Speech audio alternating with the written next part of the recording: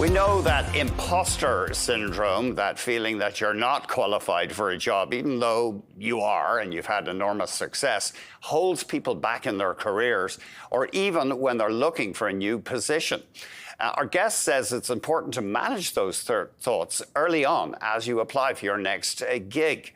We're joined by Pablo Listingart, founder and executive director at ComIT. Thank you very much for coming on the show. Good afternoon, Andrew. Thank you for having me. And just remind us, what is ComIT? What do you do? ComIT is a charitable organization that helps people who are unemployed or underemployed so that they can get trained for free in technology and then apply for jobs in the tech industry. You have some great insights here. We're all a bit of an imposter. Nobody is perfect, and you should just accept that. We're all making it up as we go along, basically. Yes, that's correct. The organizations that I lead have been training people, thousands of people across the Americas, from Argentina to Canada over the years. And the stories that we see are always the same. Every single person, or most of the people that we train, usually have that voice in their head telling them that they are not good enough to apply for jobs, or that they are not good enough to apply for a promotion. Or sometimes they have that voice saying, you know what, like, people will find out. Find out what? I don't know. Yeah, no, that's interesting. Yeah, we do have these irrational voices in our heads. When people are considering a move, you think they should be daring and get outside their comfort zone, maybe think about an industry or a position that they wouldn't have considered?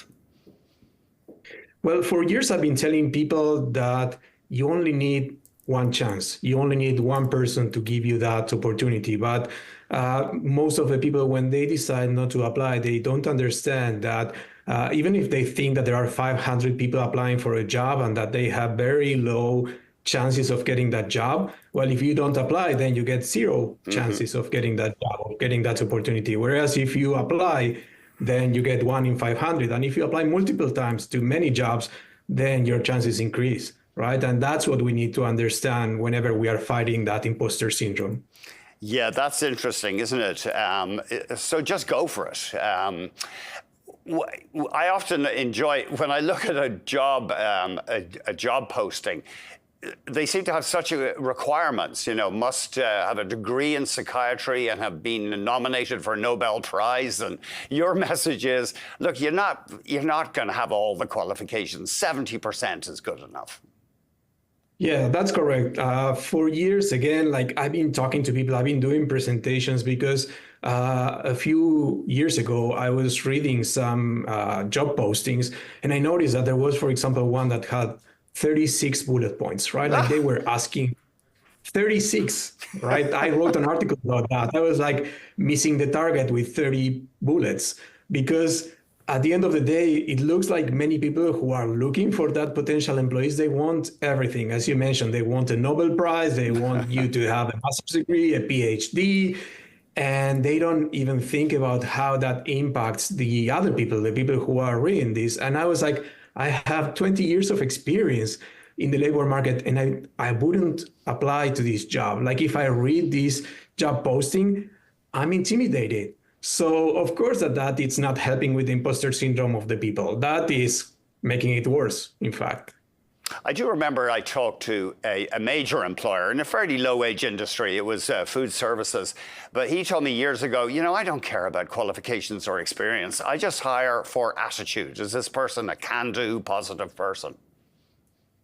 Yes, I agree. I think that whenever I'm looking for an employee for my team, I'm always looking for potential, for willingness to learn, for not where the person is, but where it can be, right? And the thing is, that's why we are always encouraging people to say, you know what, if you have 50, 60, 70% of what the job posting is saying, go for it, because otherwise you will stay home. I saw people who had a family and who had to provide for their families and were making a huge effort to land a job.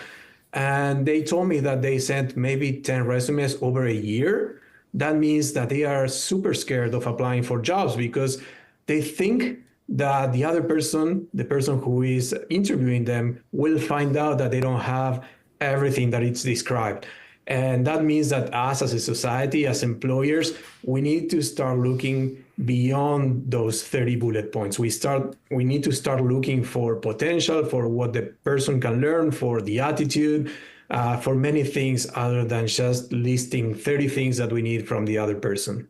I'm wary about asking this question because sexual stereotypes are always dangerous. But do you think women are more vulnerable to imposter syndrome than men? I think that everyone is exposed to the same. I'm exposed to that.